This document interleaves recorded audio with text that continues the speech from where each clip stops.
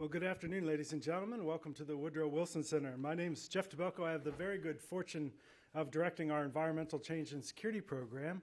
And in the case of today's meeting, collaborating on yet again another session that we are doing with George Mason University and Dr. Thomas Lovejoy, world-renowned biologist and closer to home, a longtime advisor and guardian angel for our program here at the Woodrow Wilson Center. Tom has been a partner since we started in 1994, and it's been terrific in the last year or so to be working with George Mason and Tom, his colleagues, on this series that has been titled rather ambitiously, Managing the Planet, but has given us an opportunity to hit quite a few issues that that constitute that set of challenges on the planetary scale, but at the same time drilling down in some very specific places in meaningful ways to understand the broader challenges of sustainability. We're focusing on today's session. It's been entitled Rio+20, a new agenda for sustainability, or more of the same. You will see very quickly that we have a tremendous set of expertise, particularly on the energy side, from today's discussion, and so it is it is central, certainly, to the Rio+20 agenda. It's certainly central to the larger Managing the Planet challenge, and we really have three experts to share with us today their insights on these issues generally, and then with the Rio+20 in their sights. Oh, just a quick word about the Wilson Center, and then I'll introduce Tom. The Wilson Center, as I think many of you know, is actually the formal memorial to Wilson. He was our only president to have a PhD, so Congress set up in 1968 this institution where the worlds of scholarship and policy should come together. We're very fortunate to have a former Congresswoman, Jane Harman, as our president and director, and it is under these auspices that we try to facilitate these dialogues between the worlds of scholarship and policy, and then among different communities, disciplines, departments, offices within governments, within NGOs, within academia, the private sector, because it requires all hands on deck for the challenges we're facing. So we do that on a nonpartisan, non-advocacy basis, and as today's meeting illustrates, we really prioritize partnering with universities and like-minded institutions, which we are doing with George Mason University, which gives me the opportunity to welcome Tom Lovejoy to the podium to make some introductions from the George Mason University perspective and kick off and share our session today. So please, Tom.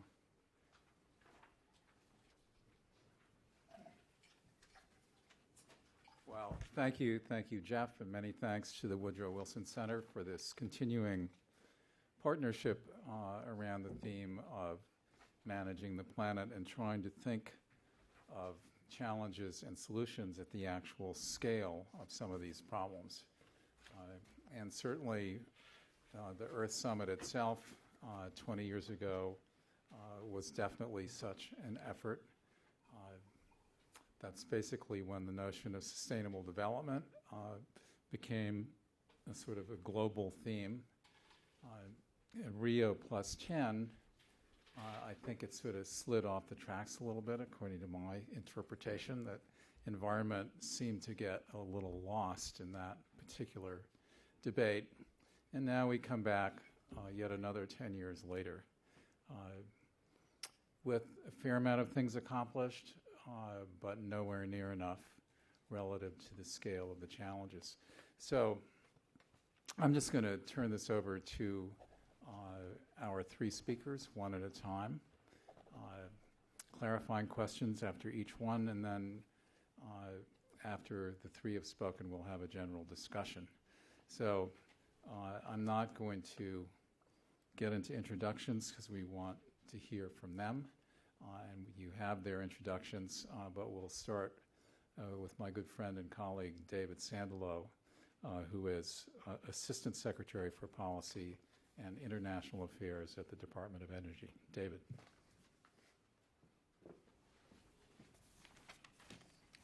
Thanks, Tom. Thanks, Jeff. Thanks to everybody for being here. I do not have a PowerPoint presentation. I'm going to resort to a primitive form of communication known as talking. We'll see if that works. It is really a pleasure to be here with Rita, with Bob, to talk about this important topic. About a month ago, I sat in a meeting room in Abu Dhabi with the Secretary General of the United Nations, which was a high honor. And he was there along with some very distinguished leaders from around the globe. Kande Yumkela, another extraordinary person who runs UNIDO and UN Energy. Chad Holliday of the Bank of America, Tim Wirth of the UN Foundation, Akam Steiner of UNEP, a number of business leaders, including Michael Liebrick and Mark Moody Stewart. It was really a very impressive group. And they were convened to talk about energy and sustainable energy for all, very much with the road to Rio on their mind. This is a group called the High-Level Group of Sustainable Energy for All, which my boss, Energy Secretary Stephen Chu, is a member. And the group has taken on a big mission. And the mission is shaped in many ways by three goals, which Sustainable Energy for All has put forth. And the first is achieving universal energy access by 2030. These are all 2030 goals. And that is, to kind of state it simply, a paramount moral objective for our time. In this room, which has, as best I can tell, dozens of lights,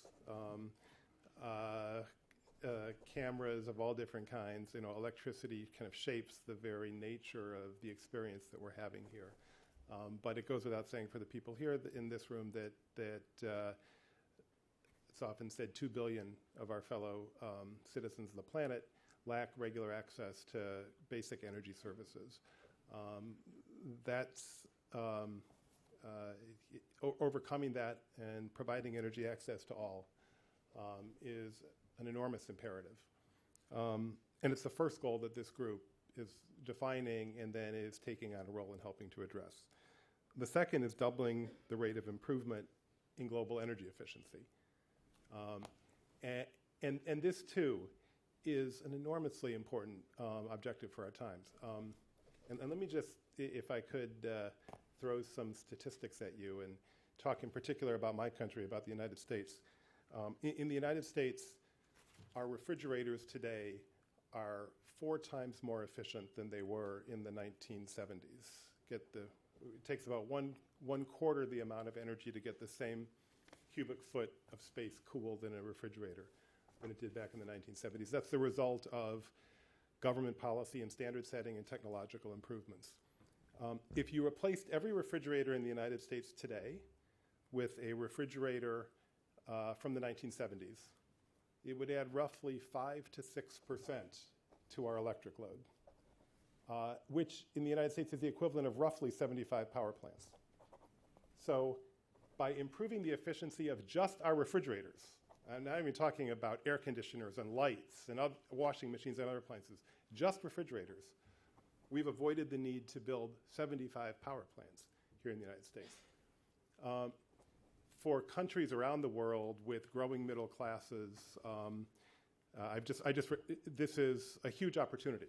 And there's a huge difference between moving out with the least efficient and the most efficient appliances. I've just returned from a 13-day trip to Turkey, India, Indonesia, Singapore, and Vietnam.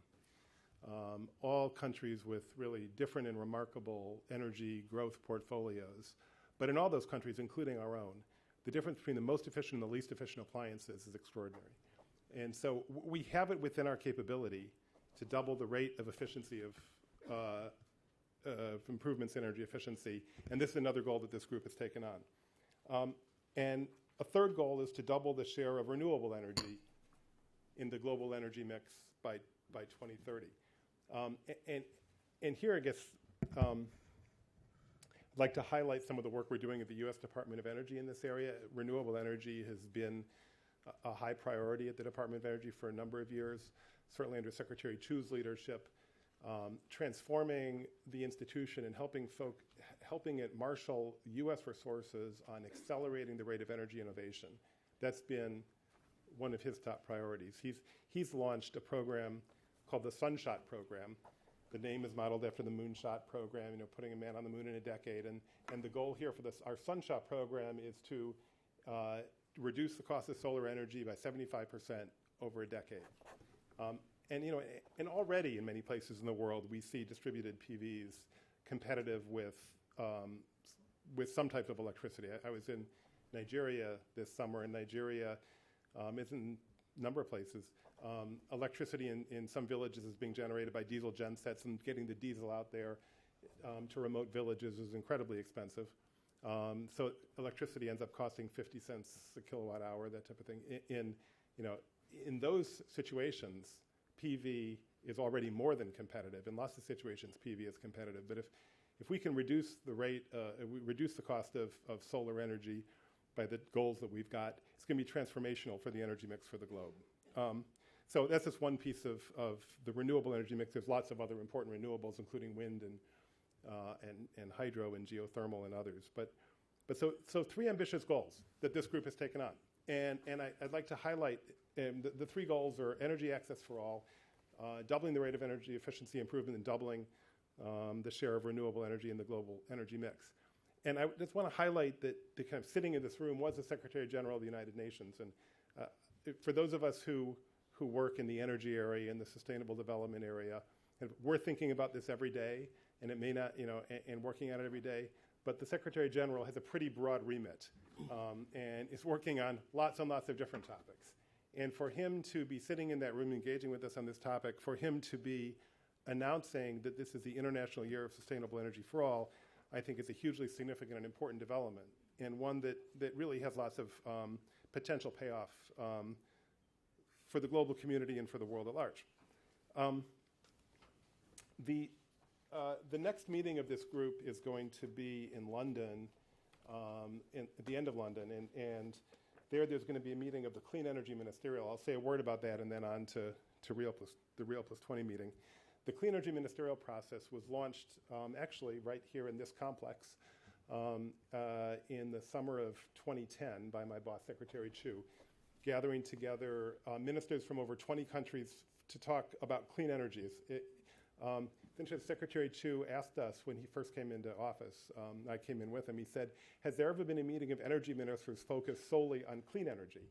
Traditionally, energy ministers get together, they talk about lots of topics, but have they ever just focused on clean energy? And as best we could tell, the answer was no. And so we convened this process. The second meeting was actually in Abu Dhabi. The third meeting is going to be in London, as I just said, end of April. And the theory behind the Clean Energy Ministerial is get governments together, get the biggest governments together, and launch concrete specific initiatives to promote clean energy. And one of our leading initiatives is on energy efficient appliances. We've got initiatives on industrial energy efficiency, initiatives on solar energy, initiatives actually on empowering women in the clean energy revolution, on the theory that if we're going to have a revolution, we need all of humanity and not half of humanity mobilized in this effort. And so it's actually, this is an initiative that's attracted a lot of attention from some of our ministers. And we're very much focused on concrete outcomes. And so the next meeting of this Clean Energy Ministerial process is going to be at the end of April in London. And the Sustainable Energy for All group is going to meet alongside that. And pointing towards Rio. And let me say then some words about the Rio+20 process more broadly, because I'm focusing on energy because that's where I work and that's my expertise. But Rio+20, as Tom was saying, is about a larger envelope of issues. It's about sustainable development broadly. And I guess I hope, and I know others of my colleagues in the U.S. government hope, that Rio+20 is every bit as much about building a future over the next 20 years as it is about looking back 20 years. I think there's a lot of insights to be gained from looking back 20 years, and the meeting is defined by this 20-year anniversary.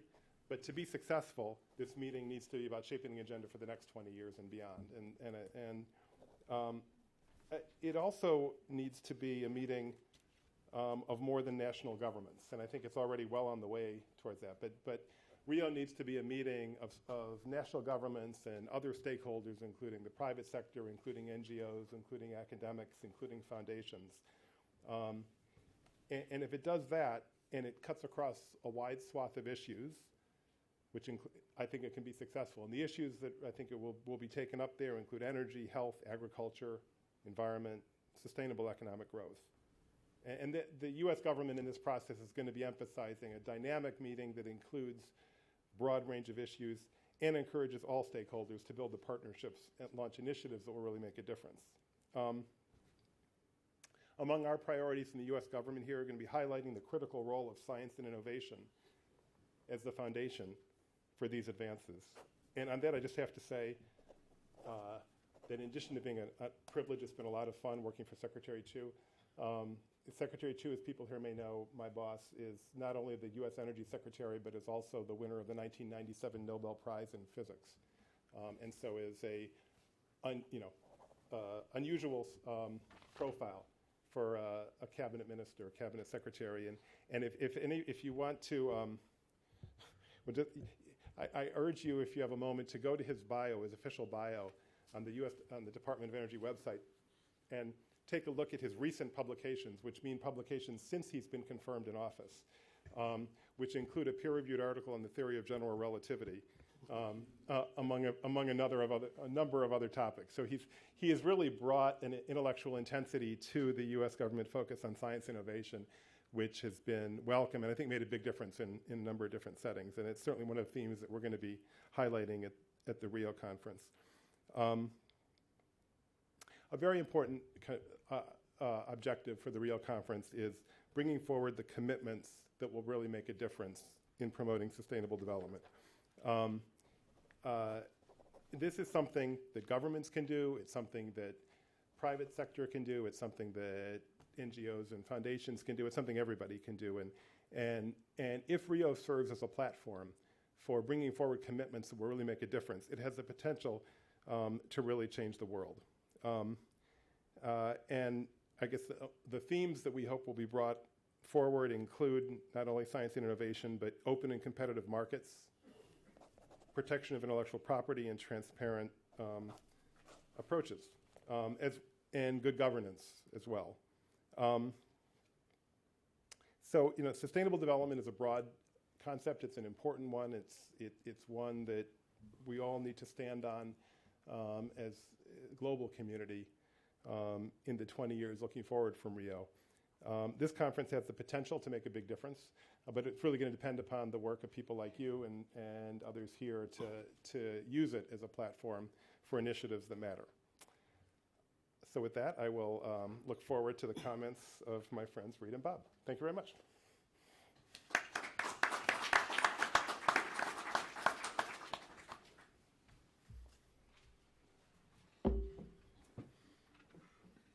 So our next speaker is, again, a colleague and friend of many years, Reed Detchen, who is Vice President of the United Nations Foundation for Energy and Climate. Reed. Thanks, Tom. Tom also, among his many honors, is a member of the steering committee of the Energy Future Coalition, which is another endeavor we work on together on domestic policy. But always good to be with Tom in a gathering like this. I'm going to start out by framing back where Tom did about why Rio and what's the significance of this moment. I think that there's a certain amount of meeting fatigue that is present in the international community. I think that this is a difficult moment economically, internationally. And so there's a tendency to take the sort of, in my view, safe and cynical view of, oh, well, nothing's going to happen in Rio, so who cares? And that kind of goes to the second part of the question in the title, is this more of the same? And I think that there's every possibility that this conference could be more of the same, but we think that the Secretary General's leadership on energy in particular is steering that in a different direction. some 10 years ago, as Tom mentioned, in Johannesburg, some of these same questions came up for discussion at the Rio+10 or the World Conference on Sustainable Development at that time, and there was some resistance. I can't blame David for this because he wasn't in the government, but the U.S. was, shall we say, not enthusiastic about setting energy goals at the Johannesburg conference. And so, in some sense, it feels to me that this is unfinished business. And it's very good to hear David talk so enthusiastically about these objectives, which are, after all, global objectives.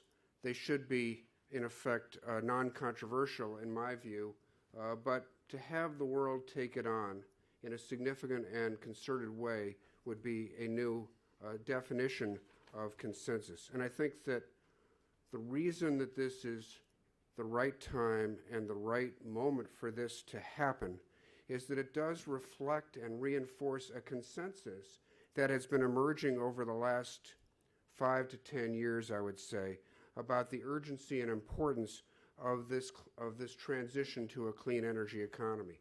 Now, we can describe that in different ways depending on our political sensitivities, but there is very broad support, for example, in the U.S. for the technologies that David talked about, the renewable and efficiency technologies. Always are at the 70 to 80% popularity level in the American public. And I think that finding the right way to integrate that into policy, and international policy in particular, is a new agenda. But I think that there's a recognition that these deliver multiple benefits for the economy, for social equity, as well as for the environment. Now, why the UN? This is kind of an interesting question because the UN historically has had no role in the energy debate. This has, to a certain extent, been a geopolitical fact where the Saudis and the U.S. didn't want the international community messing around in their sandbox, and so there was not an engagement by the UN in any formal way. There's not a UN energy agency the way there is a United Nations Environmental Program, for example. So we at the UN Foundation, I should say a little bit about who we are.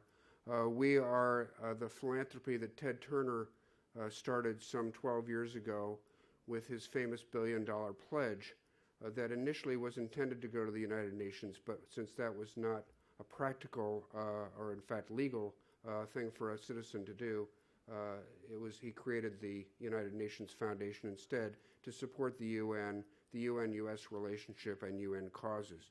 And the three issue areas that the UN Foundation focuses on are children's health, women and population, and energy and climate. So as we've been focused on energy and climate, working with the UN, but without, in effect, a counterpart UN partner to work with, we have gradually built some momentum behind the idea that energy must be taken into the UN's worldview. And when you think about it, the UN essentially has two missions: peacekeeping, which it's better known for, but development is the other mission. And as Tim Wirth is fond of saying, development is not possible without energy, and sustainable development is not possible without sustainable energy. So if you're going to take on a development agenda, you have to start with energy. In the context of Rio, there's been some talk, fashionable talk, I would say, going around about the energy, water, food nexus. And it's a way of making the point that energy security, food security, and water security are all bound up together, and the issues bear on each other in important ways. I think that that's an important concept, but I resist the term nexus because that suggests sort of a Venn diagram of overlap. In point of fact, energy is the base of this figure. Without energy, you're not going to be able to deliver water security. You're not going to be able to deliver food security. You need energy to start with. And so I think that the fact that some have called this the missing Millennium Development Goal, the fact that energy has not been part of this conversation for these many years is a matter of gross neglect that is now going to be attended to, I believe, in Rio. We've been very struck and impressed by the Secretary General's leadership on this. For a former foreign minister from Korea, there was no particular reason to expect that climate and energy would be issues of concern to this Secretary General. But he has taken it on with a passion, and only in the past year have we heard the personal anecdotes about how growing up in post-war Korea, he studied by a smoky oil lamp, and when he had to prepare for an exam, the family would splurge and get candles. So here's somebody who has personal experience with the lack of energy, not from Sierra Leone like Kanda Yumkela, where one might expect that to be a way of life, but from Korea, now a superpower economically in the world. It's really remarkable, just in the 50 years or so that have passed, how far we've come in that regard. So the Secretary General, following on some leadership from Candy Yumkela, who is the chair of UN Energy and ran an advisory group for the Secretary General on energy and climate change, the Secretary General picked that up as he looked forward to Rio, because he wanted to make sure that Rio would deliver a tangible outcome. You all are very familiar, I'm sure, with the process of international negotiations and the difficulties of getting concrete and tangible outcomes out of them. So the Secretary General is working sort of alongside that process, and we're very pleased that not only his leadership but the General Assembly of the United Nations has been following this track as well. It's a little bit of an oversimplification, but the relationship between the Secretary General and the General Assembly is something like the President and Congress here. The Secretary General does not command or direct the General Assembly, or for that matter, really anybody within the UN system. He is, in fact, a secretary, a general secretary to the whole group, and in fact answers to member states principally.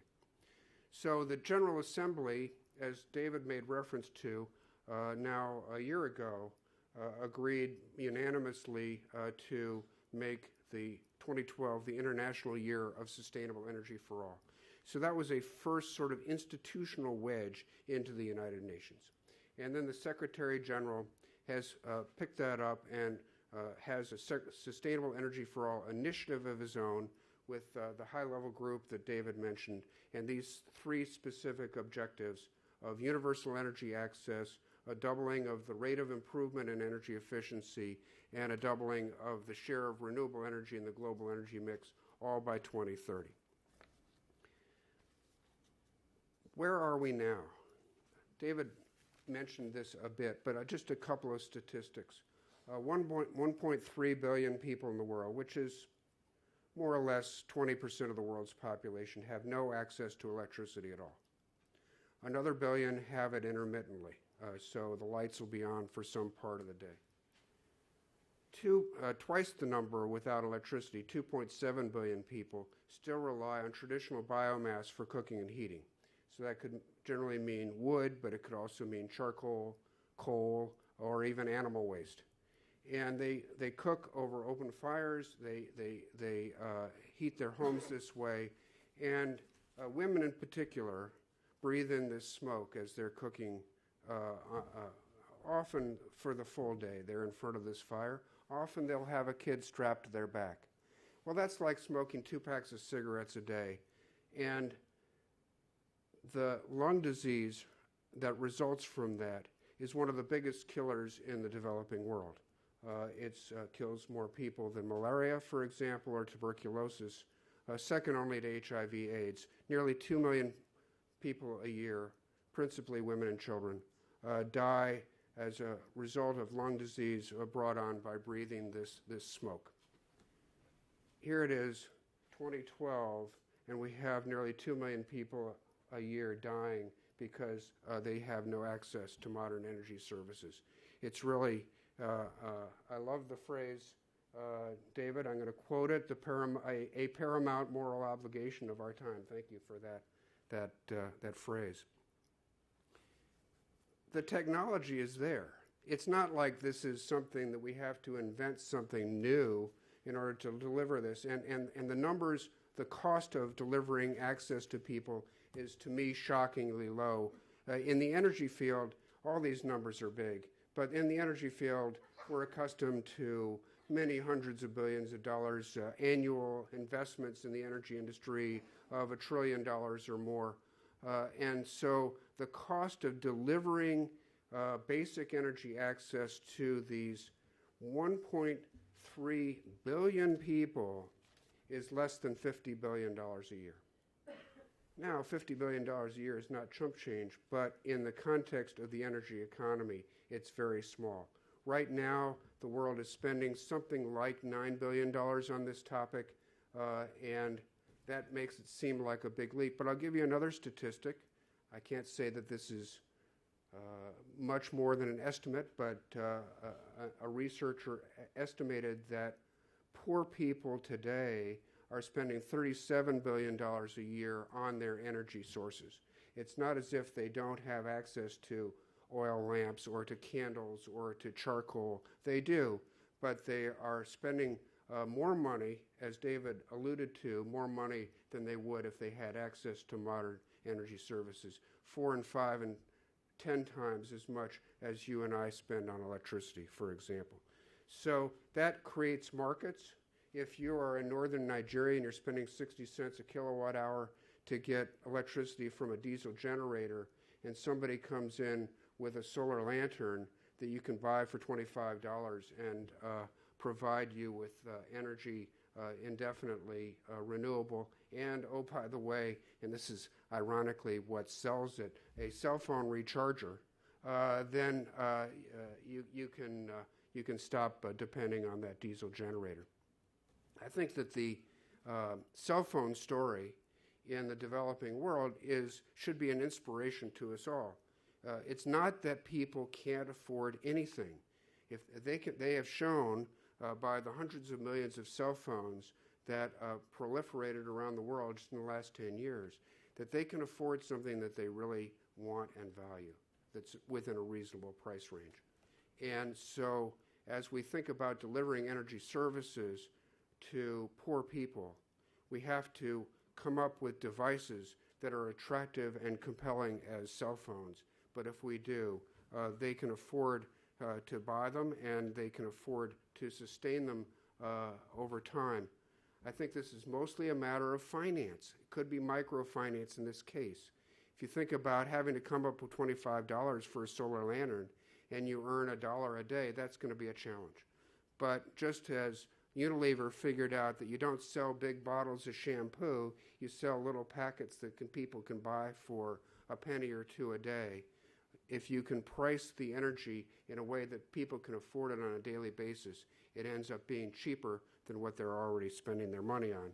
I'll tell one story in that context. A company called Toyola in Ghana, the great entrepreneur, decided that he wasn't going to be able to sell the product right away. So he gives away clean cook stoves to a village, to people, women, principally women, I think probably only women, in a village. And he gives them a Toyola box. And into that Toyola box, every day they put the money that they're not spending on charcoal. And after 2 months, they own the stove. So having a little creativity about how you sell into this kind of a market can deliver technologies that people can afford. So I'll touch a little bit on the other two objectives as well. Renewable energy, if my memory serves me right, the global investment in renewable energy last year was $260 billion. So this is not a fledgling industry. This is growing by leaps and bounds. That was more than was invested, for example, in nuclear, and with better prospects, I might add. And on energy efficiency, I'm sure you're all familiar with the various studies that McKinsey have done about the cost-effective investments in energy that are just sitting there waiting to be made and that pay off handsomely if the capital and the political will, can be mobilized. So that brings us to what we hope to accomplish in Rio. David Sandalo will tell you that Secretary Chu would not be a member of this high-level group if the outcome of this process were a nice report. He would not have participated in it. What he insisted on and what the Secretary General wanted was a set of concrete actions. We have a report from a high-level panel on global sustainability that was just produced that kind of refreshes the sustainable development story in the global context. But the point of the current exercise is to bring people to Rio and have commitments made, not just in terms of rich governments putting money down on the table and saying, we're going to take care of this problem. It's really more of an engagement process. And so we hope and expect to get commitments from developing country governments, for example, to wipe away some of the policy barriers that are inhibiting growth of these technologies. For example, as I understand, in Kenya, there's 100% import duty on photovoltaic panels. That can't be in the best interest of delivering energy to the rural poor in Kenya. So if we can work together, create public-private partnerships that bring in government, business, and civil society around common agendas to deliver on these three objectives, we can initiate a program that will carry forward to 2030 and really achieve the goals that are set out to be achieved. So just a couple of examples of what could be achieved. Well, on the access issue, there needs to be greater coordination of effort in our judgment. There is money that's willing to be invested from the private sector in developing countries. There are international institutions who are willing to support that effort, and increasingly governments in developing countries are open to private sector engagement. And what we hope to do is to bring together, initially on a pilot basis and then on a broader basis, a number of countries to demonstrate that this kind of collaboration will unlock private investment in the billions of dollars and enable the provision of services in country. On energy efficiency, David referenced the refrigerator example. Well, why aren't those U.S. refrigerator standards global standards? It's not as if anybody benefits by paying more money for worse refrigerators. How can we encourage the adoption of good standards for appliances and for other energy-consuming devices, including buildings? How can we encourage the faster adoption of the best world standards around the world? Some of that will be voluntary, but perhaps we can also reach agreement on mandatory standards in particular areas. And on the renewable energy side, we think that it's mostly a matter of financing. As I mentioned earlier, we don't think that the problem is, it's true that in certain situations, I'm not saying that renewable energy is always the cheapest alternative, but in many situations, particularly in developing countries, it is the cheapest alternative. And the more it gets out in the market, as we have seen over the past year or two, the more the price will continue to fall, and hopefully some of the unbelievable research that DOE is doing through its ARPA-E program will yield breakthroughs that go beyond that. But even in today's context, if you get the financing right, whether you're at a village scale or off the grid in the U.S., it makes sense to have renewable energy as your principal means of energy sources. So governments can work on financing and policy. Businesses can engage in terms of their direct investment. We don't want this to be some sort of a corporate social responsibility play. This is how do you rethink your business model to deliver energy at a profit in a way that people can afford. And civil society can come forward in terms of advocacy, in terms of putting pressure on governments, in terms of training people to deliver these services in rural areas in particular to make this all happen. We think it's a moment in Rio when the world can come together around these objectives and set a new marker for people to follow. So when the people come away from Rio, Many things may have been accomplished, but people will say that's where the world committed to sustainable energy for all. Thanks very much.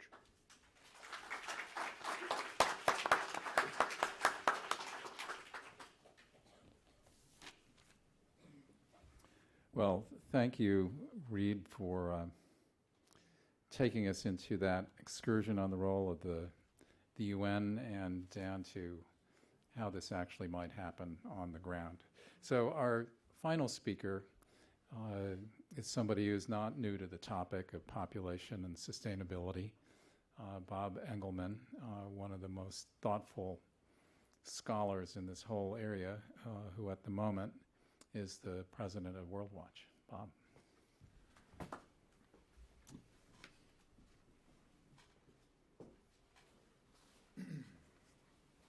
Speaking of sustainable energy, I think based on this panel, the PowerPoint pushback has begun. Think what we're saving. Who knows what's next? Maybe Facebook. Sorry, that's a private comment. That's not representative of the World Watch Institute or the Wilson Center or George Mason.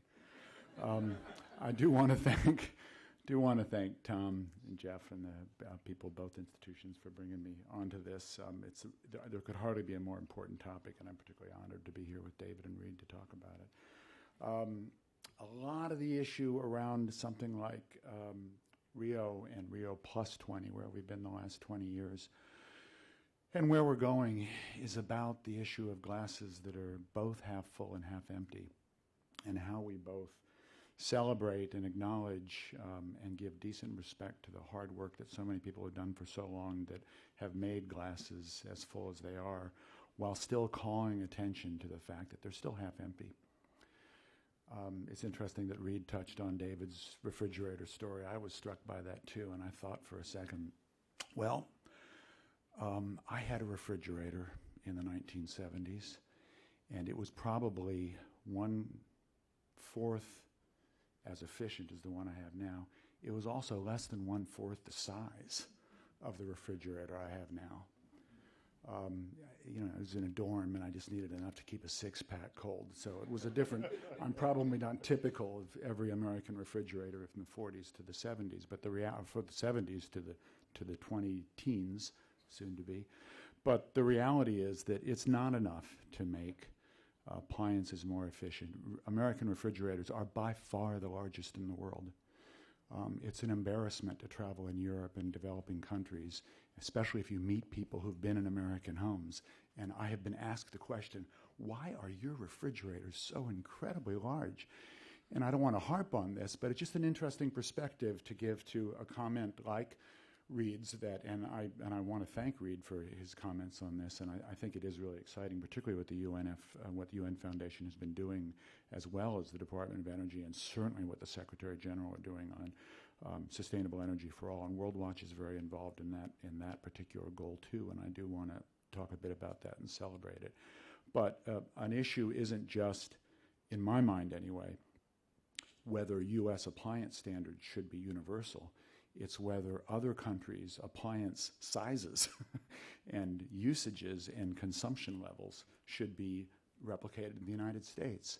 And I think to some extent, when we approach a conference like we're approaching in Rio, we need to be thinking not just about reducing barriers to renewable energy in developing countries, but reducing barriers to sustainability in the United States, which I won't, belabor the point about what kind of consumption we have in the United States in comparison to the rest of the world.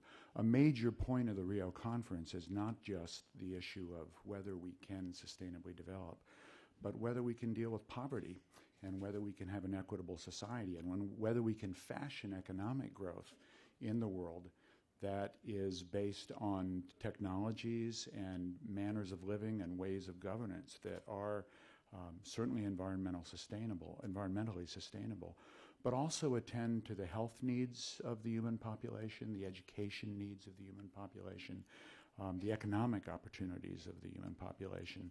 And in that sense, I think there's been a whole lot of progress. I think it really is good news that to some extent we're probably going to do some looking backwards at Rio+20. in terms of what we've accomplished, and I think there is a lot to celebrate. These ideas, the idea of sustainability itself, the idea of the environment, are evolutionary ideas. They're evolving concepts that keep moving forward. And if you look at the history of thinking about the environment, going back to George Perkins Marsh in the 19th century and people who were first writing about the fact that the human presence on the planet was actually really changing the planet and causing global change, it's just remarkable how far we've come and how much progress we've made. Water was not much of an issue at Rio, the first Rio, interestingly enough. When you look at the whole issue of water scarcity was unknown as a concept in the 1950s, almost completely, except in highly localized areas. And why? On a planet of 2.5 billion people, there just wasn't much water scarcity in the 1950s. But already by the Rio+0 or Rio+1, the Unsaid Earth Summit in 1992, water was beginning to attract attention, but it hadn't quite reached the level where there was significant activity about water. There was some, but not. I don't think there was a chapter in Agenda 21 on water. But then it emerged shortly afterwards and became really big, I think in part, frankly, due to the work of some of my colleagues in the World Watch Institute, like Sandra Postel, and of course also Peter Glick and others who wrote a lot about water. Energy is something similar. I think the Millennium Development Goals were fashioned at a time when energy was still pretty cheap. If you look at the price of oil in 2000, I think people were energy just sort of seemed like, why would we take that on as a major issue? The issue is economic development, so people can afford energy, obviously, but the issue isn't any kind of shortage of energy or high prices of energy or lack of potential access once you just have development. But now at a time where even when the world economy is pretty much in the doldrums, petroleum prices are setting records or coming close to previously set records, we have a different attitude about energy and it concentrates our attention. It also is critical because energy is a real positive story on climate change. The world has clearly not been able to address climate change. Probably time that we all admit that after Copenhagen and Cancun and Durban.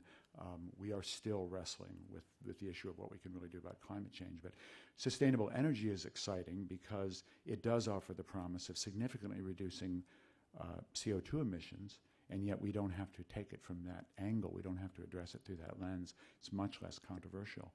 And I can say that World Watch has benefited from that aspect of sustainable energy, renewable energy itself. We, with support from some European governments, are working in the Caribbean right now, some small island states, doing basically geographic information systems analysis of the homegrown natural resources that countries like the Dominican Republic and Haiti, Jamaica, soon moving to Central America, have within their borders. They have sea breeze, they have incredible solar radiance, and yet they send large portions of their precious currency abroad to purchase carbon-based fuels. It doesn't make any economic sense, and our people have been welcomed with open doors, open arms into government offices, into utility conferences in these countries based on what we're offering. And we have some interesting ideas around this that I think ultimately would be ideas that are embraced by the world as a whole. One of the problems with renewable energy is that it suffers from sort of baseload phobia. We may not like coal, and coal isn't always cheaper per kilowatt hour than solar or wind energy, solar energy particularly. But people like the fact that coal is something you can hold it in your hand, you can put it in a boxcar, you can ship it around. You can't do that with the sun's energy, and you can't do that with the wind's energy. And it's one of the reasons that we faced incredible constraints in promoting renewable energy. Well, a concept that World Watch is developing in the work we're doing in the Caribbean, we're not alone in this, but I think we're making good strides, is the idea that if you focus on energy efficiency, which both David and Reed have, as being absolutely critical to the new post-carbon energy economy and regime that we need to move into. And if you focus on bringing in a diversity of small-scale sources of renewable energy that are right at hand, and if you allow yourself the possibility that you might use a little biomass, hopefully sustainably, possibly a little bit of natural gas. That's not a good word in this day and age, but there is potentially some role for natural gas as a bridge fuel if its many environmental problems can be worked out. You can combine energy in such a way that if you think of mini grids or nano grids or no grid at all in a village. You can provide the electricity on a stable, sustainable basis, and you don't have to talk about climate change. People rush for that idea. And these are the kinds of concepts that I think the Rio conference allows us to talk about and bring up. There are so many win-win opportunities in renewable energy, in technologies that allow us to reduce emissions of all, not just CO2, but other greenhouse gases. Reed talked about the cook stoves issue, and there's tremendous potential for black soot reduction, for methane reduction. There's so much we could be doing if we did just talk about it, prioritize it, figure out ways we can help each other as countries and as communities, as people in countries to do this, that a conference like the Rio+20 conference offers us tremendous opportunity. I think it is important not to see it as Rio+20, but Rio minus the next 200,000 years. And I say 200,000 years because that's how long Homo sapiens, by the best fossil evidence, has been around. And it's kind of interesting to note the fact that for the vast majority of our history, we have lived sustainably. We've been sustained for 200,000 years. I think it was Nixon economist Herbert Stein, if I have his name right, who famously said, that which is not sustainable will not be sustained. And Rio+20 or Rio minus 200,000 allows us to think about what sustainability really is. We're thinking of having a State of the World 2013. I'll say a word about our State of the World 2012 in just a moment, around the concept of sustainability itself. And one of the subtitles that we're playing around with is From Sustainababble to Truly Sustained. And I don't think I'm the first one to recognize that sustainable has become as much a marketing term as anything else. I'm wearing my sustainable shoes. I've got my sustainable underwear on. I don't know what it means, but somebody told me it was sustainable, and I thought, no, better than being unsustainable, I'll buy it. But there are not very rigorous standards for what we mean when we say sustainable. And yet, from a scientific perspective, this metric is clearly achievable in any number of areas. It means we're not continually loading the atmosphere with greenhouse gases. Or at a minimum, if we agree this is the guardrail, we stop short of 2 degrees centigrade Celsius increase in temperature from the pre-industrial area. In water, it means that water tables aren't falling. And in biodiversity, it means that extinction rates return to what they were before people started killing off species. That's a very high bar. But we know what sustainability could be, and maybe it's time, as difficult as it is, particularly politically, that we start trying to identify what that is and at least know where we're heading. If you don't know where you're heading, anywhere you end up is just fine. But theoretically, we are moving towards sustainability, so these are things that we ought to think about. So in that context, you do have to ask, after all the meetings that have been disappointing over the last few years, I think it was David who mentioned, or no, I think maybe it was Tom who mentioned the Johannesburg conference. I wasn't there, maybe one of the reasons it wasn't very exciting, but it didn't accomplish much. I was in Copenhagen. It was fairly disappointing, frankly. And Reed, I think, mentioned meeting fatigue. It's a real problem for this conference. There's a real question, for example, whether in the heat of a political campaign, spare me from getting partisan here, I'm at the Wilson Center, but whether President Obama will feel it's a safe and a wise political move in June of 2012 to actually attend the Rio conference. George H.W. Bush did 20 years ago. He came and he famously said, or one of his top aides did, I think, the U.S. lifestyle is not subject to negotiation. But the guy showed, the dude showed up. And it's a real interesting question whether President Obama will be able to, whether he'll feel comfortable enough to. I take this as an opportunity. I take this as a vision of what could be. Imagine if we could so activate the American people on the way I think probably everybody in this room sees the issue of sustainability and how important it is for the world, that President Obama and his top political advisors said, you got to go. There are far more votes that you will get by attending this conference than those you will lose. Imagine what a wonderful political situation we would be if that were the case, instead of listening to people who talk about the environment as being a representative of a phony theology. I mean, there's real potential, but there's also real danger and practical concerns about the politics of sustainability. We are living in an age right now where if you Google Agenda 21, or better still, if you go to YouTube and you do a search on Agenda 21, which was the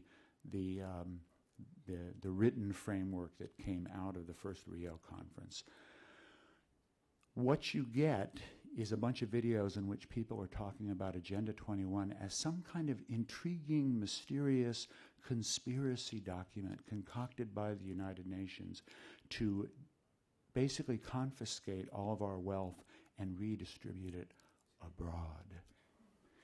It's not a very good statement about what UN conferences have been able to achieve in the past. And I think to some degree, as disappointed as I am in the Zero document and the documents that are so far coming out in this conference, I think that it really illustrates that the real challenge we have, particularly in civil society, that the UN needs help. And the whole international process of talking about these critically important issues needs help. It's not enough to go to these conferences. It's not enough to argue about the commas and the semicolons in the language of the documents that are crafted.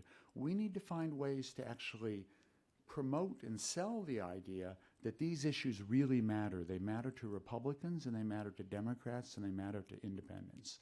They matter to all of us when we vote, and they matter to all of us when we craft policy, and they matter to every country.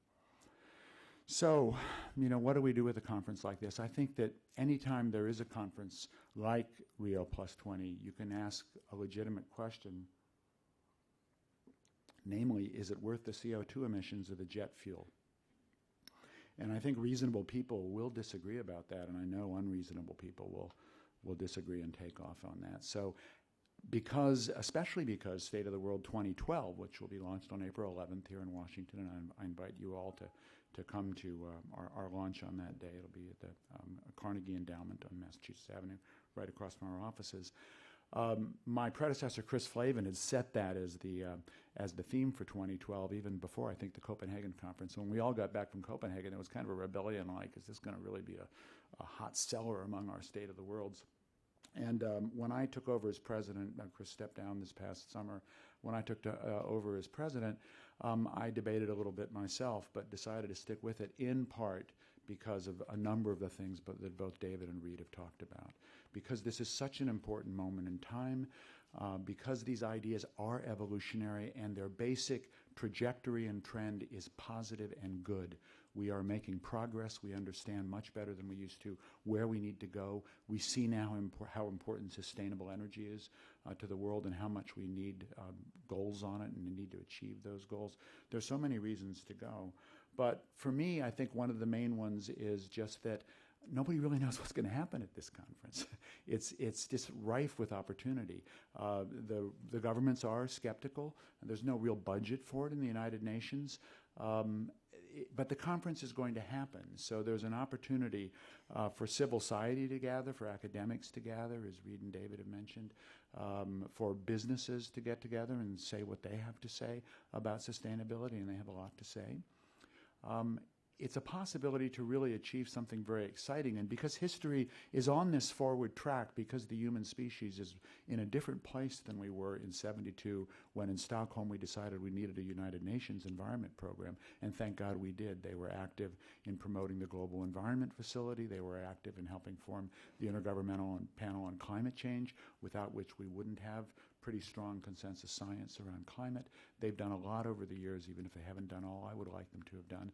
If the world hadn't gathered in Rio in '92, we wouldn't have the Framework Convention on Climate Change. Hasn't been great, needs a lot of work, maybe wholesale amendment and whole new annexes and protocols in my personal view. But thank God we've got it, as well as the Convention on Biodiversity and a number of the other things that came out of Rio. So history moving forward, and we don't know what will happen between February 22nd and January 20th, June 20th, when the conference begins. There's just a tremendous opportunity to take advantage of the trends of history and really move on it. Among my particular disappointments is that so far there has been very little discussion of the incredible role that could be played if we actually addressed the status of women in society and in particular the connection between the status of women and the growth of population. You know, I mentioned technology and sort of set it off probably a little too glibly as being just sort of one leg of the three-legged stools. The other two obviously are economic growth, which everybody wants but nobody knows quite how to do without further pressing on the limits of the planet, and population, which I think is a real win-win situation, because unlike economic growth where you have to sort of decide about how you feel philosophically about it, population growth, I think it's hard to make an argument that we're really better off with 9 billion than we are with 7 or 8. You know, that the world really needs that additional billion. The assumption is just that it's going to happen, so we need to get ready for it, and I understand that assumption. But it's a wrong assumption. It's not the case. Research that I'm doing at the World Watch Institute right now suggests strongly, is testing a hypothesis, and so far it's looking pretty darn good, that if every woman in the world was in a position to have the management capacity over her own life, to make her own choices about the timing of pregnancy with no pressure from anybody, not the government, not the mother-in-law, not the tribal chief, not the church, not the imam, not anybody. And she just said, this is the right time to be pregnant. And she were able to get pregnant. That basically, and the whole issue of fertility, fecundity enhancement is somewhat complicating here, I concede. But basically, if women did not get pregnant when they themselves did not want to get pregnant, we would immediately drop below replacement fertility in the world. And we would be on a trajectory of momentum continuing to elevate population, but in the very near future, actually bringing population gradually to lower numbers, below 9 billion, I believe, although I have yet to be able to prove that, purely based on women's own reproductive intentions. It would be good if a meeting that saw itself as dealing with oceans, with urban issues, with energy, with climate, with all of these things and the interlinkages among them, could see that these social issues are at the core of them. What is the status of people? What's the status of women? Can we integrate these issues and actually make a difference in the world? I'm probably going well over. Help me out, Tom. Do I have a few more minutes? I guess I can't help but just reference back something about the history of sustainability, because it's such an important issue, and note that I think Tom mentioned that it really kind of came to its own with the first Rio, so hopefully sustainable development, sustainability itself will be enhanced now that it's on so many more tongues after this conference in 2012. Sustainable development was actually sort of defined in a consensus statement by the Brundtland Commission and their report, Our Common Future, in 1987, 5 years before Rio, as being that sustainable development that meets the needs of the future without taking away from the capacity of the future to meet its own needs. Just a really elegant, very, very good definition, which leads back to the metrics I was deciding. Lester Brown, who founded the World Watch Institute in 1974, his first two books, one was called The 29th Day, about the idea that if you've got a lily pond and lilies are doubling, and in 30 days the lily pads are going to fill the whole pond, when is the pond half full? Famous sort of Chinese riddle or Zen koan. Of course, the answer is on the 29th day. And comparing where we are today to the 29th day, now I think we may be on the 31st day, but it's been a while since Lester wrote that book. The other book he wrote was called Building a Sustainable Society. These books came out around 1979, 1980. And he famously began Building a Sustainable Society, which I read as an environmental journalist. I was a journalist at that time and was struck by and got interested in the whole issue of sustainability to some degree, inspired by Lester Brown's writing. And maybe it's no coincidence that I'm running his institute now. I hope I'm doing okay, Les. He began that with it's a Cherokee saying, we have not so much inherited the earth from our parents as we have stolen it from our children. And I guess I will try to end these few remarks by saying that I think it's really critical that at a conference like Rio, that those of us who really care about these issues do try to do a few things that are kind of in antagonism with themselves. On the one hand, I think we do need to thank the many people who have worked so hard for the progress we've made to date, because we have made incredible progress, much of it by governments that really have taken these issues forward, and by a lot of individual politicians, by inventors, by farmers, by women, by all kinds of people, and we certainly want to celebrate that. But that we also find ways, not so much to be confrontational or in your face about how big a gap remains between sustainability and equity, and really dealing with poverty in the world as divided as it is by now. But being as imaginative and positive and courageous as possible, that we can come up with ideas, we can come up with new ideas of governance, new ideas of taxing bad environmental things that we can promote to governments. Governments from all over the world will be gathered in Rio. Let's find one that is willing to tax environmental bads and reward environmental goods. Some already do. Let's celebrate them. Let's talk about the possibility of carbon taxes. Let's talk about the idea that we could raise money from taxing carbon and return the dividends to the poor just based on the fact that they're breathing.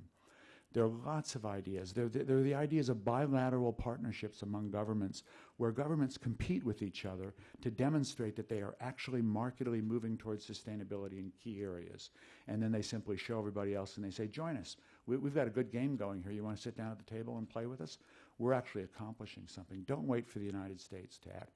Don't wait for China to act. Hopefully, when you do act, China and the United States will pay attention. China's already doing things the United States should be paying attention to.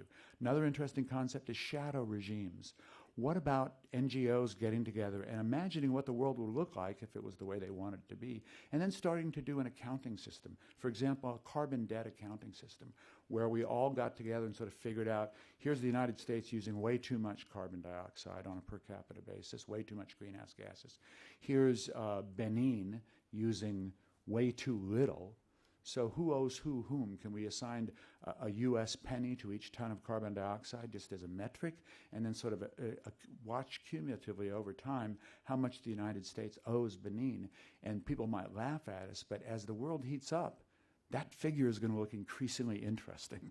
And if you believe, as I do, that these issues are being discussed because they're real, then as time moves on, the world is going to recognize them more and more. If you were an abolitionist in England in the late 1700s, and you got, which is when and where abolition, the idea of abolition of slavery really began.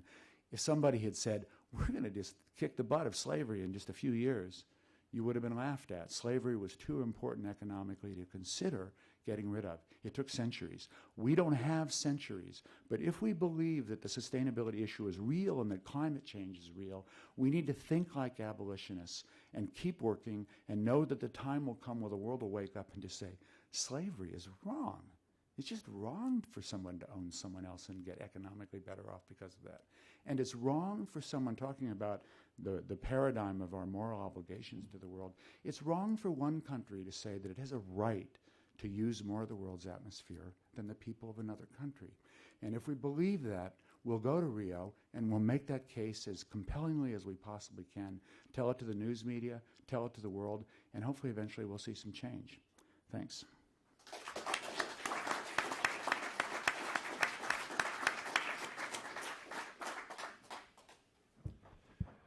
So a colleague of mine some years ago referred to the human brain as a carbon-based computer. And I think you've just seen an elegant demonstration of how superior that can be, at least on occasion, to the silicon-based one. So thank you, all three of you.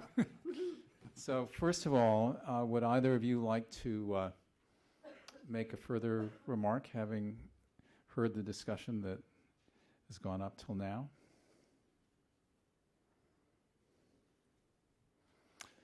So in that case, I'm going to ask one person to start off, and he's allowed to decline. But there was a brief reference to the Global Environment Facility, and somewhere in this room there at one point was Gustavo Fonseca at the back. He's one of the principals in that major funder, essentially $1 billion a year, that helps developing countries meet their obligations under global environmental conventions. So, Gustavo, I don't know whether you would like to make a comment at this point. I at least want to recognize the importance of that agency, which tends to be in the shadows. Thanks, Tom, and thanks, Bob, David, and Reed for a very, very interesting presentation. As Tom mentioned, I work for the Global Environment Facility, and I just happen to be the person responsible for organizing our participation in Rio. So I have had the fortunate or unfortunate task of actually following all these UN processes that are leading to Rio. Actually, I participated a couple of weeks ago in an event, a preparatory event that the U.S. government organized at Stanford, and that was a very, very interesting take and a very different meeting from the ones that we are used to, organized by the United Nations. So there's a lot of innovative thinking going on to this meeting. And I'm coming to believe that Rio+20 will be a very, very different meeting from the meetings that the UN has organized so far. And the reason for that is that even though there is this outcomes document that's being negotiated with negotiators in the usual process, there's really not a lot to be negotiated, frankly. I mean, there's a lot of aspirational statements. There's a lot of politics on wording that goes with that. But there's not a real expectation of concrete outcomes in that arena. On the other hand, there's a great excitement about this meeting, and it's kind of brewing. If you just look at the city is totally taken. You can't find a single hotel room. You can't find flights if you want to go there now. 60,000 people are expected. Rio has about 35,000 hotel rooms, and this is including the normal business.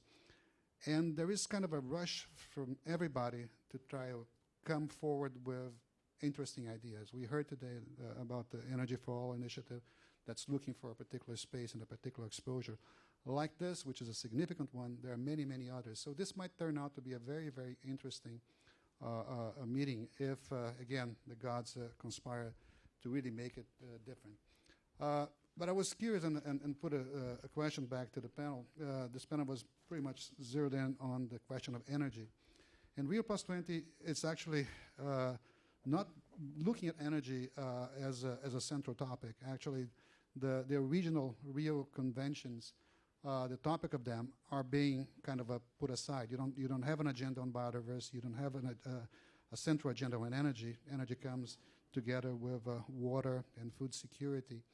There are, of course, the teams that have not been able to make it in the regional Rio agreements, like the oceans and other things. So I was wondering whether you really expect that energy may become energy and climate change may become an issue of real importance for Rio, or if it's going to become marginal or intertwined with the other questions of food security, poverty reduction, and even access to energy, but in a whole different way than what we are used to examining through the Climate Change Convention negotiations and so forth. So thanks, Tom, and Okay. be happy to Read. I think that I incompletely described the dual path that the Secretary General is pursuing here. I think the outcome document you referred to does have the three objectives of the Secretary General's initiative contained in it, and we very much hope that that will survive to the end. And I'm happy to say that the U.S. has been, I think, supportive of that in large part, perhaps to David. But the Secretary General decided early on that regardless of what the negotiating process yielded, that he would use this as a platform for talking about sustainable energy for all. So we will have a number of events in Rio, both official side events, public events, that will be an opportunity to call attention to the major commitments that are being made to carry these objectives forward. Now, these won't be, in the usual sense, global commitments, a new treaty or whatever. They will be instead agreements, for example, to provide the investment finance for energy development in a selected number of countries, and or a separate, more private sector-oriented kind of commitment around perhaps technology deployment or efficiency standards. We expect and hope that there will be any number of these, hopefully some of them quite major, but we are clearly planning to launch that regardless of what the formal outcome document yields. David? I wanted to thank Gustavo for mentioning the Stanford conference, which, if you're inclined, I'd be interested to hear a few more words about your reflections on it. I wasn't there. I had a previous commitment to be 10 time zones away, and so was in Asia at the time of the conference. But it was co-sponsored by the U.S. government, focusing on interconnection technologies and the role of innovation and technology in sustainable development. And I got some good feedback afterwards, but interested in any reflections you might have on that. And then I just wanted to underscore the point that Reed was just making, that by bringing forward commitments in the energy area and in other areas to the Rio conference, a broad range of stakeholders can really use the conference to make a difference. And I think Bob mentioned, if I paraphrase your comment, kind of the commas and semicolons really are not what matters. And that's a sentiment that I've heard often uttered in discussions about international meetings. And by bringing forward commitments, including in the energy area, this conference can really make a big difference. Thank you. Just say a word on that. I do agree with that, and I don't want to put down too much the commas and semicolons. When there are strong commitments, they can make a difference. Sometimes they do, sometimes they don't. But this is an area. I would say there are two reasons why energy will be of interest at Rio. One is, as has been mentioned profusely, the Secretary General's commitment, which I've experienced as well. I sat with Janos Pastor in New York last week, and others who've been working on the global sustainability panel, and UNDP and others who are working very much on getting the word out on this, and it's well timed. The other reason, and it relates to the Secretary General's interest, is this is the opportunities in energy are so obvious. They are low-hanging fruit when you're trying to figure out how to promote sustainable development at not huge expense in win-win situations. I would think they're second only to addressing the access gap in family planning, but that reflects my biases perhaps. But energy will be discussed because it's just such a wonderful topic and people are so interested in it in developing countries. Obviously they're interested in food as well, but I think the issues in food are just so much more difficult that if anything, I think you might well see energy discussed more than you see food discussed. So I've heard some really interesting discussion lately about how, in fact, we should be thinking about nutrition as opposed to just food production in the same old fashion. So I think I'll leave Gustavo to answer your question personally later, because there's a forest of hands down in the front here, and we need a mic over there. Anyone?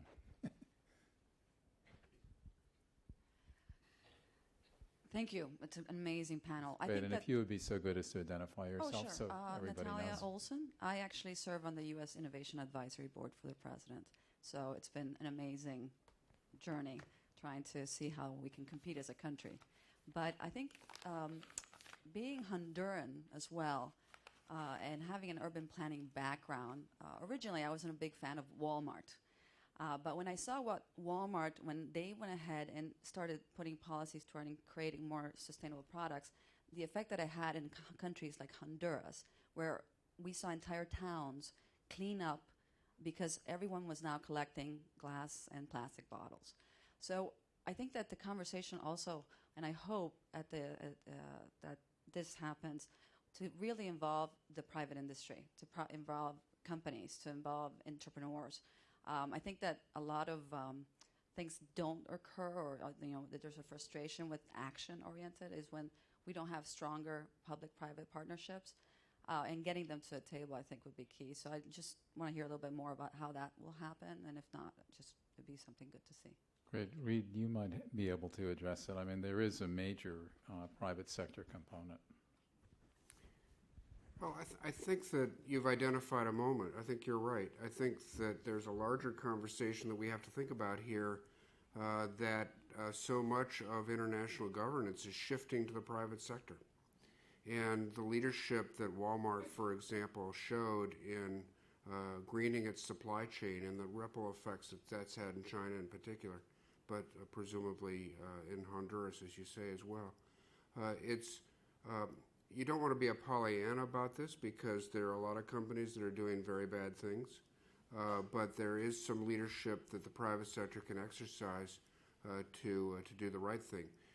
When the Secretary General created his high-level panel, the co-chairs he chose were Candy Imkella and Chad Holliday, who's the chairman of Bank of America, former CEO of DuPont. And at DuPont, as many of you know, Chad Holliday committed the company to switch from petrochemical feedstocks to biological feedstocks.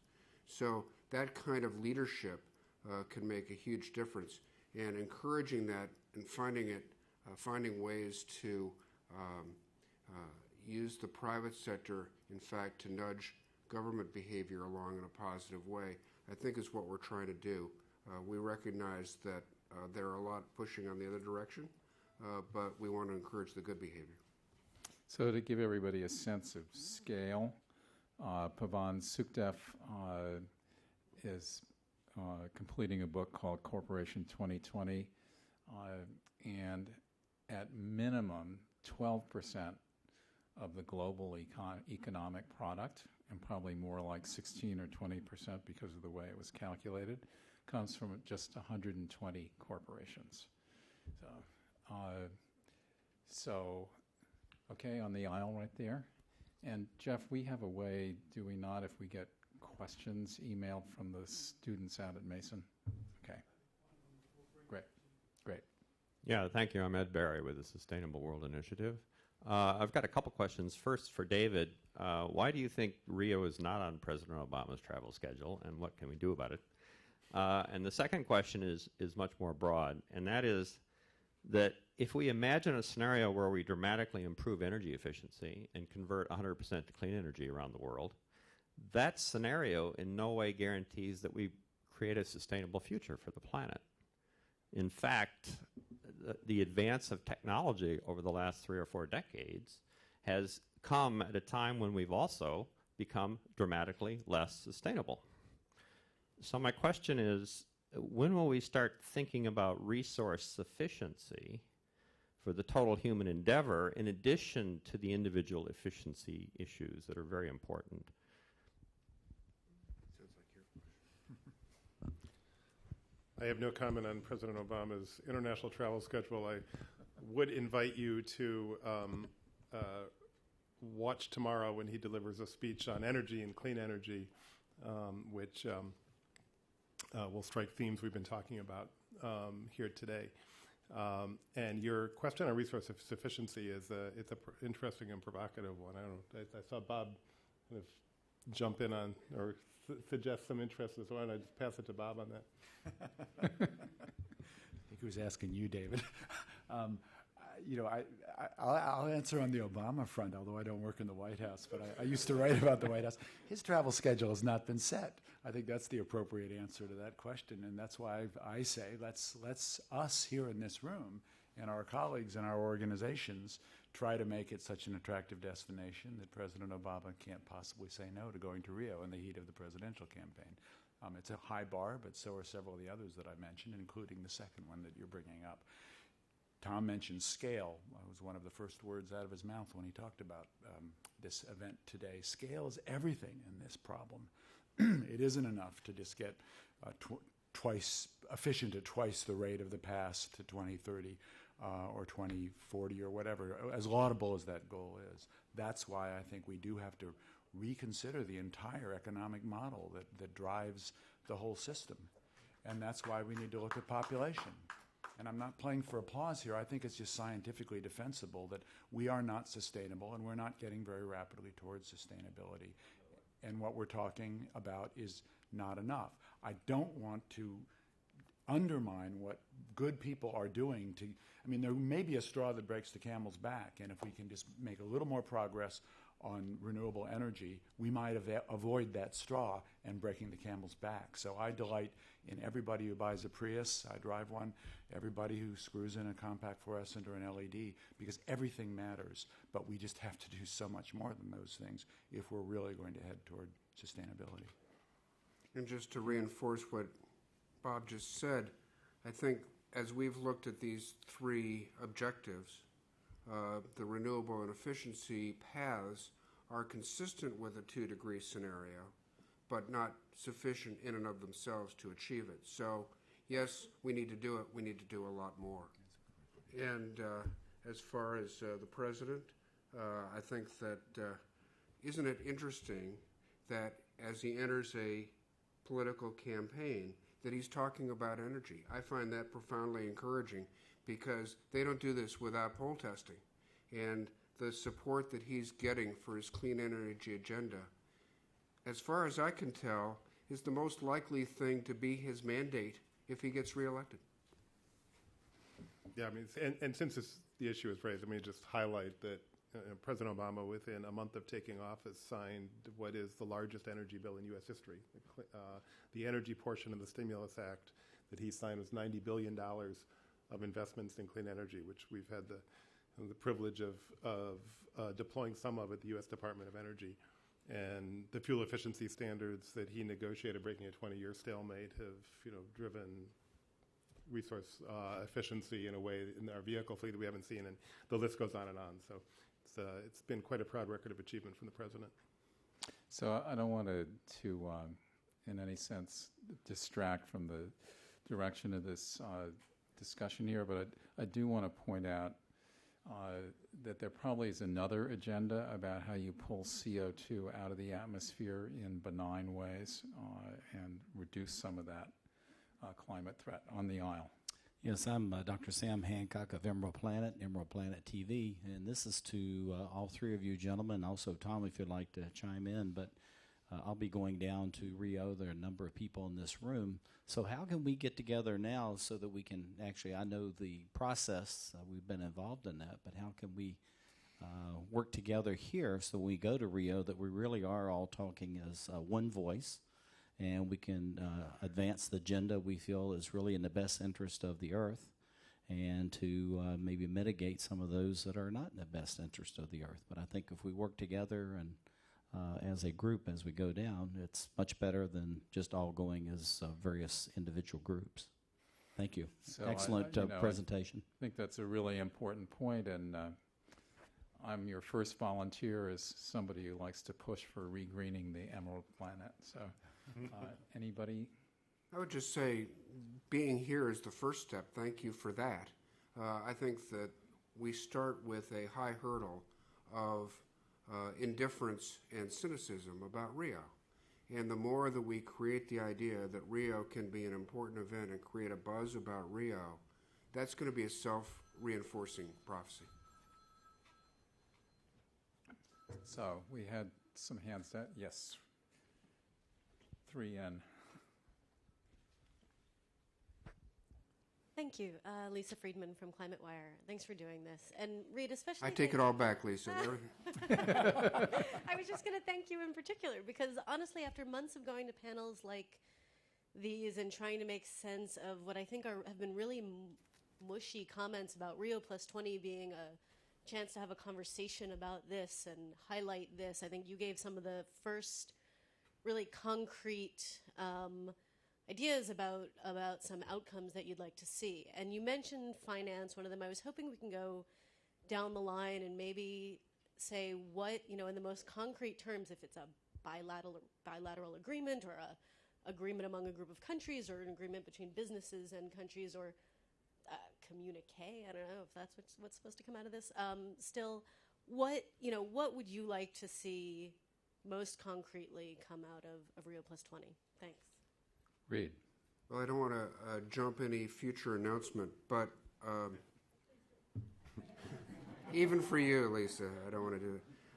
But we are happily partnered with the Norwegian government, which has announced a project called Energy Plus. And their intent is to encourage efficiency and renewable deployment in developing countries, and they have set as a target 5 or 6 countries. The World Bank has a number of countries in which it's operating similar endeavors through the SREP program, which if I thought long enough I could tell you what it means. And certainly the UN system, the UNDP, is engaged in any number of countries along similar lines. we think that there's an opportunity to bring these different players together and have the resources at hand to then work with governments that voluntarily come forward and want to engage in a public-private dialogue to understand what then will unlock much larger flows of private capital. How do we take limited public resources, deploy it in such a way as to create conditions where the private sector will invest at scale and deliver energy, which after all is a paying proposition. So that's, I think, one of the essential ideas. How do we do a better job with the limited public resources we have and end up triggering a virtuous cycle of private investment? Yes. Good evening. My name is Allison Richards, graduate student at George Mason, and I'm representing two forums. So on behalf of George Mason, the students watching the webcast, thank you very much for this informative and thought-provoking speeches from all three of you. From an education perspective, I'm from Jamaica. I'm an international student, and I've been in sustainable development. I worked in sustainable development, and I'm currently teaching a course called Sustainable Development. And when I asked some of the students if they know the definition, they said no. So your talk about having the scientific definition and standards that is globally accepted on what sustainable development is and what sustainability is, I think is very much needed. From Dr. Dan in Phoenix, I have a question, and it is, given lack of uniform success in achieving MDG milestones, and in some cases backtracking in the wake of the recent global economic downturn, what evidence do we have that Rio+20 will be any more effective than Rio+10 at advancing broad sustainable development transitions on the ground for the billions who are not able to directly participate from the perceived net benefits of globalization? It's a mouthful.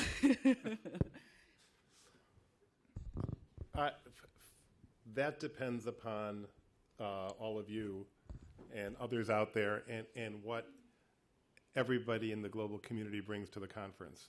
And I think it is worth reflecting for those people who are skeptical and cynical. It's worth reflecting kind of on what just happened here technologically and how that would have seemed to any of us in 1992. I mean, what you just did, and thank you for your work on this and your teaching, and thank you for being the portal for somebody who I don't know where the person was located who just asked that question. Phoenix. Okay. So you just stood up and holding a small item that's about the size of your fist, read a 100-word question from somebody who's, I think, must be listening to this sitting in Phoenix, right? And we're now responding to it. I mean, that's simply extraordinary. In the context of 1992, I think few of us would have thought that possible. So for those who are skeptical that 20 years from now we could accomplish all the goals we've been talking about, I just ask them to reflect on that. That's a great answer. So I think there was in the front row. Brian Finnegan, the AFL-CIO. Wanted to bring up another idea that's been around for probably 20 years, the financial transactions tax. I mean, some of the commitments that will be made by the private sector are welcome and good and have already been happening. But there will be some need for some government action here, and there's a global financial and employment crisis, and the idea has returned of a very slight tax on financial transactions, and a lot of people are looking towards the Rio+20 to be a place to further suggest that this is a way to fund commitments that might be very good commitments in any of the three pillars of social development, whether economic, social, or environmental. So I'd like for any and all the members of the panel to address that funding proposal. It is out there already, and people have thought about it. I'll take David off the hook on that.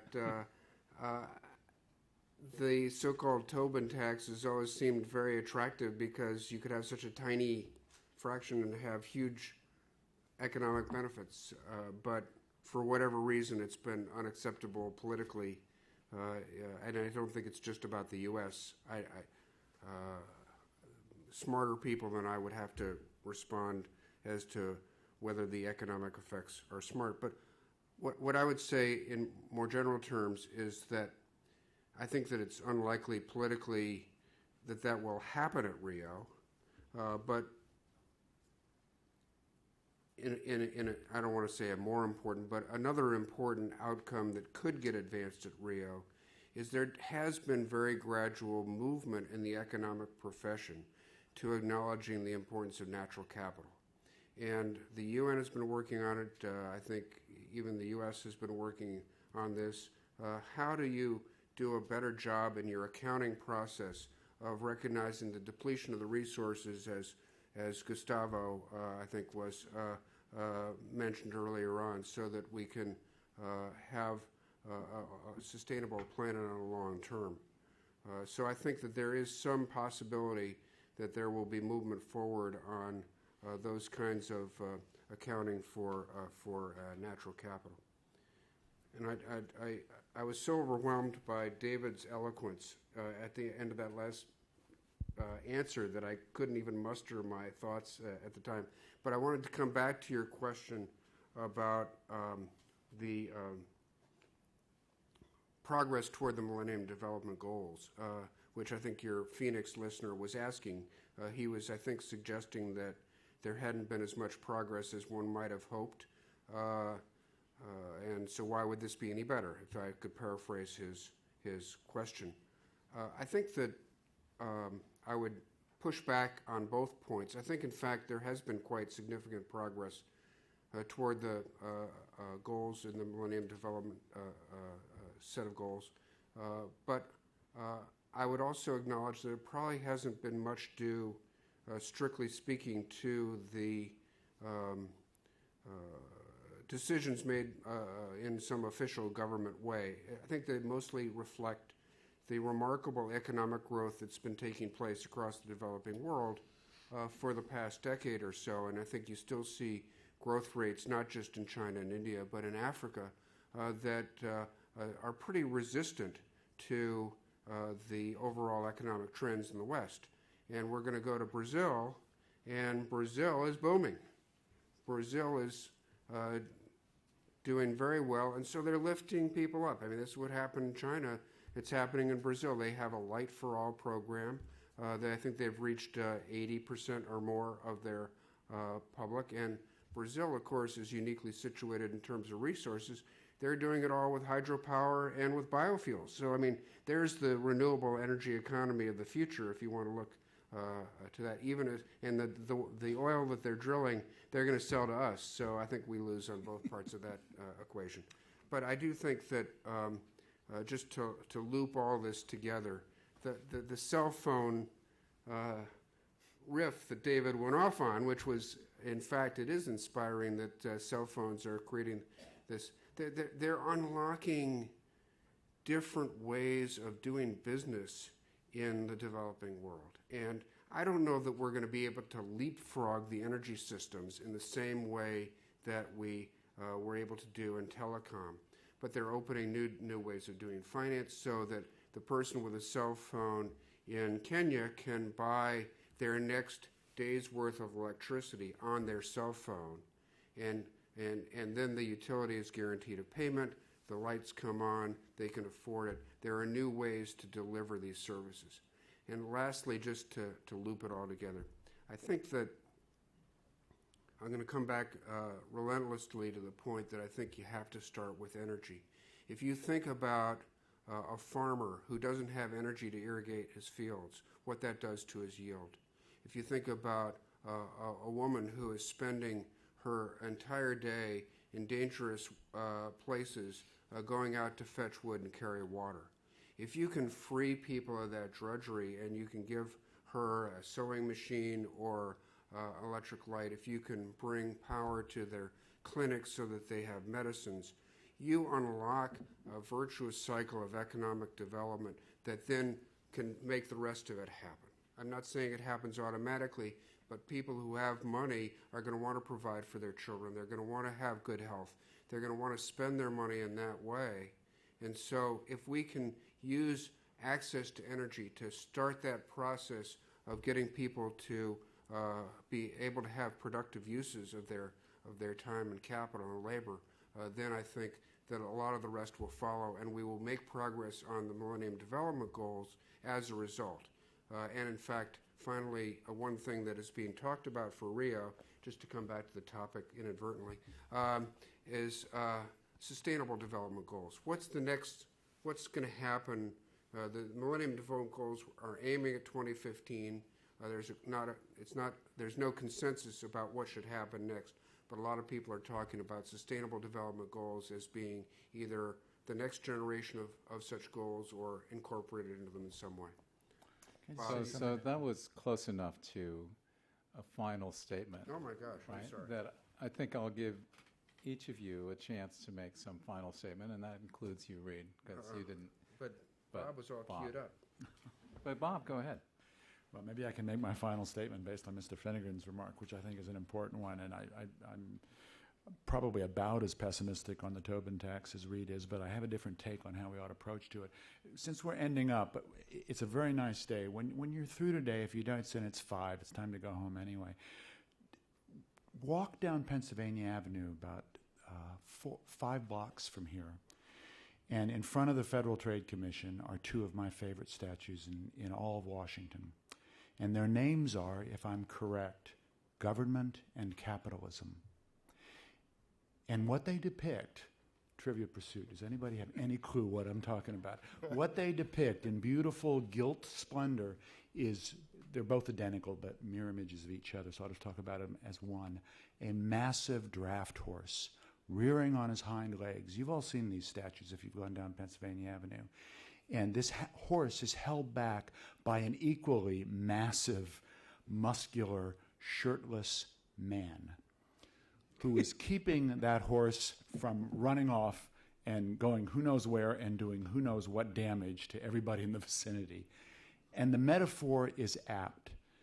You know, nobody's going to go back to socialism, at least as defined by much of the history of the socialist countries of the world, communism.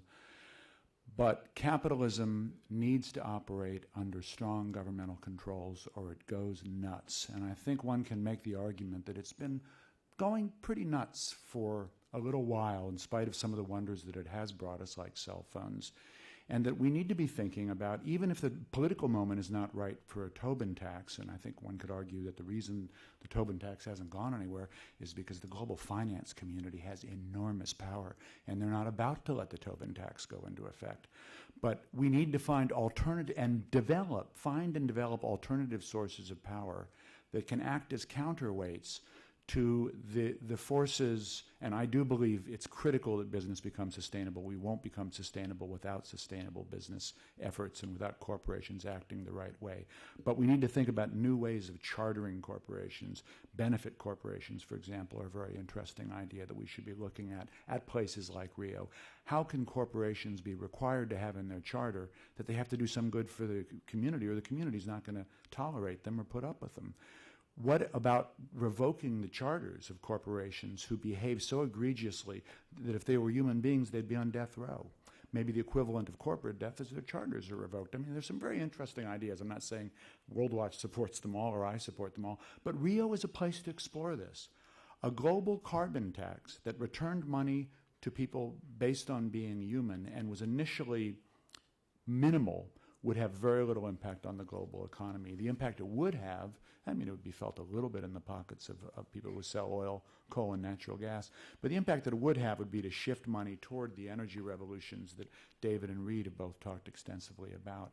The countries that have carbon taxes don't see much of an impact in their overall growth. As a matter of fact, they basically see none. But it doesn't happen because there are political elements that are powerful. Rio is a people's conference. The governments don't seem that excited about it. The UN, bless its heart, is doing it, but without a budget. And I think we all ought to work on strengthening the UN system. They're the closest we have to international governance, and God knows we need international governance in a world like this one. But it can be our conference. It can be a conference where people get together and raise a little hell. And I think we ought to talk about the Tobin tax. I think we ought to talk about carbon taxes. We ought to talk about whole new structures of governance that aren't politically feasible now. But if, as I said earlier, we believe that sustainability is a real problem and a real issue, they're going to gradually become more thinkable and more possible. And we'll be proud that we were at Rio in 2012 and we pushed for these ideas when they finally are adopted. So Reed and then David. Well, you've heard enough from me, but I think that I'll riff off of Bob's answer to say that our energy policy, our energy system is fundamentally a policy-driven system. It operates as a market, but within some pretty strong policy restraints, and the electric utility system would be the most obvious example. I think that as we think about the social costs of energy, as I was mentioning before, some of the natural capital costs and so forth, it leads one very quickly to the question of economic externalities and whether that's adequately reflected in price. I think that that is probably a sufficient answer, but certainly my goal, speaking personally, my goal for this would be how do we make the cleanest technologies the cheapest technologies, so we don't continually end up in this situation where we're asking people to act contrary to their direct economic interest to do the right thing. I think if we add up the social costs of what we're doing, the cleanest thing would be the cheapest thing, but we'd have to use tax or other kinds of mechanisms to make that obvious in the marketplace. I think if we do that, then the problem will tend to solve itself. One quick addition for Tom's sake. What if we could pay people who could document that they're burying carbon in the earth? That is, if a carbon tax or a carbon regime, a sustainability metric were used not just to make people pay for carbon, but to actually be rewarded financially when they could demonstrate that they were planting perennial crops that extended their roots into the ground. Then we would begin to be using economic systems to also improve the world of nature itself. And that's something, again, we can imagine doing, at least designing or thinking about at Rio. That's great. David. So in my job, I do a lot of traveling, and I mentioned this briefly. I'm just back from a trip to Vietnam, which is the first time I'd been there, and was for me a really exciting and in some ways emotional experience, and kind of on the themes of things that you wouldn't have thought about 20 or 40 years ago. For me, flying into Vietnam was a very moving experience, and there's a lot of exciting things happening in the energy front there. One of the striking features of the Vietnamese system is they've actually electrified more than 95% of the country at this point. It's quite striking, and I think as we think about sustainable energy for all, looking at some of what Vietnam has done is interesting. Don't mean to suggest that they or anybody has done everything right, but they're an interesting model there, and for widespread electrification.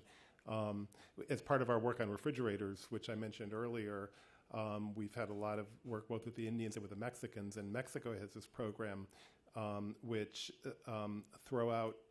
it's an advertising campaign called Throw Out Your Old One, which I guess viejo in Spanish, throw out your old one. And what the reason it particularly works, I understand, is that viejo means not only your old refrigerator, but it's colloquial in Mexico for your old husband. Or your aged husband. At least this is what the Mexican energy minister told me. So this program has met with widespread enthusiasm from Mexican women about throwing out their old one.